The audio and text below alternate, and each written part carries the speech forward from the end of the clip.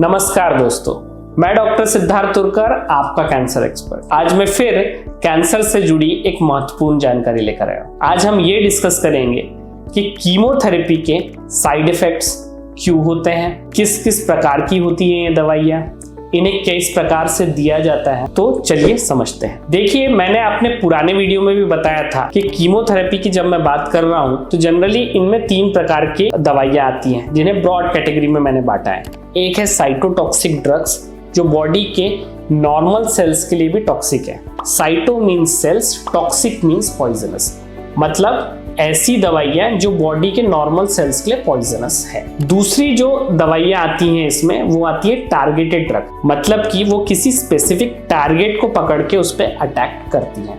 तीसरी प्रकार की जो दवाइयां हैं वो है इम्यूनोथेरेपी, मतलब कि ऐसी दवाइयां जो बॉडी के इम्यून सिस्टम के थ्रू कैंसर को हराने में मदद करती है। तो सबसे पहले हम शुरू करते हैं कीमोथेरेपी या कन्वेंशनल कीमोथेरेपी या साइटोटॉक्सिक कीमोथेरेपी। जो ये साइटोटॉक्सिक ड्रग्स होते हैं ये नॉर्मल सेल्स और कैंसर सेल्स दोनों को ही नुकसान पहुंचाते हैं। कैंसर सेल्स क्योंकि डिफेक्टिव होते हैं इसलिए अपने आप को रिपेयर नहीं कर पाते हैं, और क्योंकि ये रिपेयर नहीं कर पाते हैं ये मर जाते हैं। वहीं नॉर्मल सेल्स जो होते हैं जिनके सारे सिस्टम इंटैक्ट होते हैं ये बॉडी को रिपेयर कर पाती हैं और रिकवर कर जाती है। अगर हम किसी और बीमारी से कैंसर की तुलना करें, जैसे कि कोई बैक्टीरियल इन्फेक्शन है या मलेरिया, डेंगू जैसी बीमारियां आपने सुनी होंगी, तो ये कोई इन्फेक्टिव एजेंट जो बॉडी के अंदर घुस गया है और वो इन्फेक्टिव एजेंट बॉडी को परेशान कर रहा होता है। ऐसे बीमारियों के लिए हम कुछ ऐसी दवाइयां दे सकते हैं जो हमारी नॉर्मल बॉडी सेल्स को अफेक्ट किए बिना इन पे एक्ट करती है। जैसे मलेरिया में एंटी मलेरियल ड्रग्स है, आर्टिसोनेट है, क्विनिन्स है। ये नॉर्मल बॉडी सेल्स को कम से कम अफेक्ट करती है और ये अपने जो टारगेट इन्फेक्शंस है उसी पे एक्ट करती है, इसलिए इनके साइड इफेक्ट्स उतने ज्यादा नहीं होते हैं।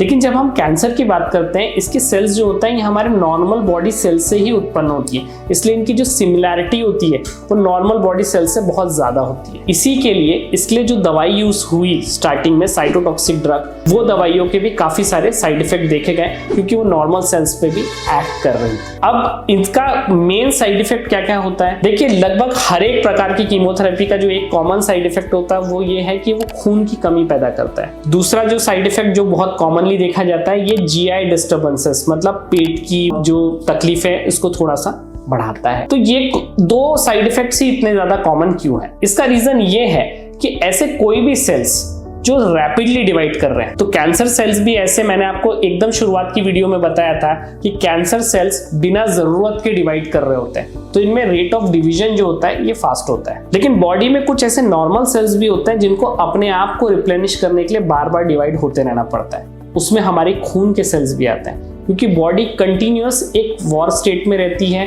कंटिन्यूअस मिनरल्स का सप्लाई हो रहा है, न्यूट्रिएंट्स का सप्लाई हो रहा है हर एक बॉडी पार्ट को, कई इन्फेक्शन से बॉडी के सेल्स लड़ रहे हैं, तो ये सेल्स जो होते हैं ये कंटिन्यूअसली डिवाइड हो रहे होते हैं। इसके कारण इन सेल्स पे भी साइटोटॉक्सिक ड्रग का असर जो होता है वो ज्यादा होता है। जो तीसरे प्रकार के सेल्स होते हैं हमारे जीआई ट्रैक्ट, मतलब हमारे मुंह के एपिथेलियम, म्यूकोसा से लेके हमारे जो मल द्वार है वहां तक की जो एपिथेलियम होती है, क्योंकि हम कुछ भी खाना खाते हैं तो ये कई प्रकार के इंसल्ट्स को झेल रही होती है, इसलिए ये सेल्स भी काफी तेजी से अपने आप को रिकवर कर रही होती है, अपने आप को बदल रही होती है, तो ये सेल्स भी काफी डिवाइड हो रही होती है। इसलिए इनमें भी जो साइड इफेक्ट है ये बहुत कॉमनली देखे जाते हैं। इसलिए आपने सुना होगा कि कैंसर के मरीज जो जनरली कंप्लेन करते हैं कीमोथेरेपी के थ्रू, वो ये होता है कि थकान ज्यादा हो रही है। तो ये थकान क्यों ज्यादा हो रही होती है? क्योंकि उनका खून कम हो जाता है। दूसरी कंप्लेन जो रहती है कि उल्टी लगना या पतली दस्त हो गई, इसका कंप्लेन क्यों आ रहा है? क्योंकि जीआई ट्रैक्ट इन्वॉल्व हो गई। अब इसके अलावा जो कैंसर के विभिन्न प्रकार की दवाइयां, उनके कुछ स्पेसिफिक साइड इफेक्ट्स भी हैं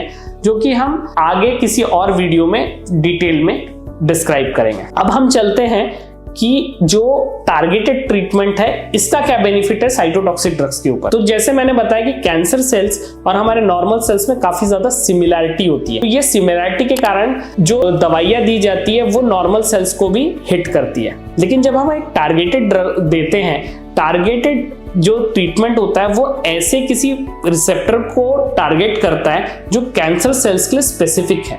जैसे कि एक दवाई होती है रिटुक्सीमैब जो कि हम लिम्फोमास में यूज करते हैं। तो ऐसा देखा गया है कि लिम्फोमा में बॉडी के बी लिम्फोसाइट्स बढ़ जाते हैं। उन बी लिम्फोसाइट्स में CD20 रिसेप्टर ज्यादा एक्सप्रेस हो रहा होता है। तो ये जो रिटुक्सीमैब जो टारगेटेड दवाई है ये स्पेसिफिकली एंटी CD20 होती है, इसलिए ये कैंसर सेल्स को स्पेसिफिकली किल करती है।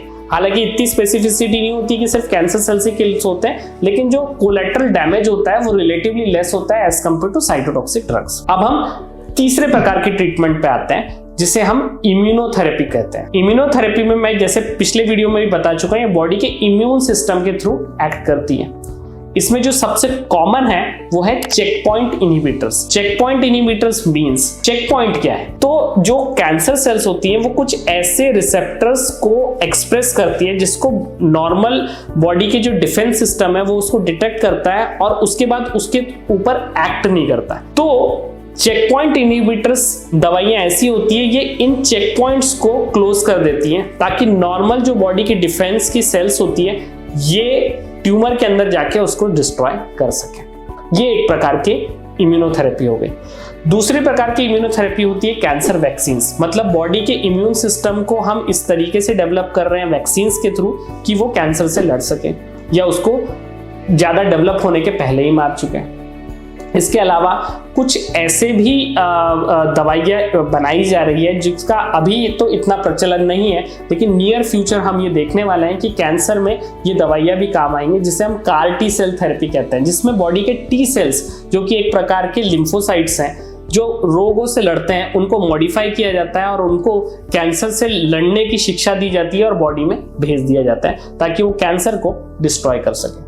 तो ये सारे इम्यूनोथेरेपी के प्रकार हैं और जो लेटेस्ट डेवलपमेंट हो रहे हैं वो ज्यादा से ज्यादा इन टारगेटेड ड्रग्स और इन इम्यूनोथेरेपिक ड्रग्स में हो रहे हैं, जिससे नियर फ्यूचर में ये आशा है कि कैंसर से हो रहे तकलीफ को हम कम से कम कर सकेंगे, हम उसको ज्यादा एफिशिएंटली ट्रीट कर सकेंगे, साथ ही में जो साइड इफेक्ट्स हैं उसको एकदम मिनिमाइज कर सकेंगे। आज के लिए बस इतना ही, धन्यवाद।